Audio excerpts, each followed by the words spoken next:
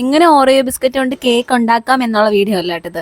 എങ്ങനെ Oreo biscuit കൊണ്ട് cake ഉണ്ടാക്കാതിരിക്കാം എന്നുള്ളതിൻ്റെ ട്യൂട്ടോറിയലായിട്ട് വേണം നിങ്ങളിതിനെ കാണാൻ വേണ്ടിയിട്ട്. കാരണം കുക്കിംഗ് തീരെ അറിയാത്ത ഞാനാണ് ഈ കേക്ക് ഉണ്ടാക്കിയത്. ഭയങ്കര സ്റ്റൈലായിട്ട് ഭയങ്കര കാര്യമായിട്ടൊക്കെയാണ് ഞാൻ ഇതിൻ്റെ പ്രിപ്പറേഷനൊക്കെ ചെയ്തതും വീഡിയോ ഒക്കെ എടുത്ത് അടിപൊളിയായിട്ട് പോസ്റ്റ് ചെയ്യണം എന്നുള്ള ആഗ്രഹത്തിലൊക്കെയാണ് കേട്ടോ ഞാൻ ഈ വീഡിയോ എടുത്തത്. ഇനിയിപ്പോൾ പറഞ്ഞിട്ട് കാര്യമില്ലല്ലോ. അപ്പോൾ പിന്നെ ഒരു കവർ ഓറിയോ ബിസ്ക്കറ്റ് പോയ വഴി മാത്രം നോക്കിയാൽ മതി. അപ്പോൾ ആദ്യം ഓറിയോ ബിസ്ക്കറ്റൊക്കെ എടുത്തിട്ട് അതിൻ്റെ ക്രീമൊക്കെ അങ്ങോട്ട് കളഞ്ഞിട്ട് അത് മിക്സിയിലെടുത്ത് നല്ല പേസ്റ്റ് അല്ലല്ല നല്ല പൊടിയായിട്ട് പൊടിച്ചങ്ങോട്ട് എടുത്തിട്ട് അതിനകത്തോട്ട് ഒരു സ്വല്പം സോഡാപ്പൊടി മാത്രമേ നിങ്ങൾ ചേർക്കാവുള്ളൂ. ഞാനാണെങ്കിൽ അതിന് ഒരു പറ സോഡാപ്പൊടി വാരി അങ്ങ് ഇട്ടു. മനസ്സിലായോ?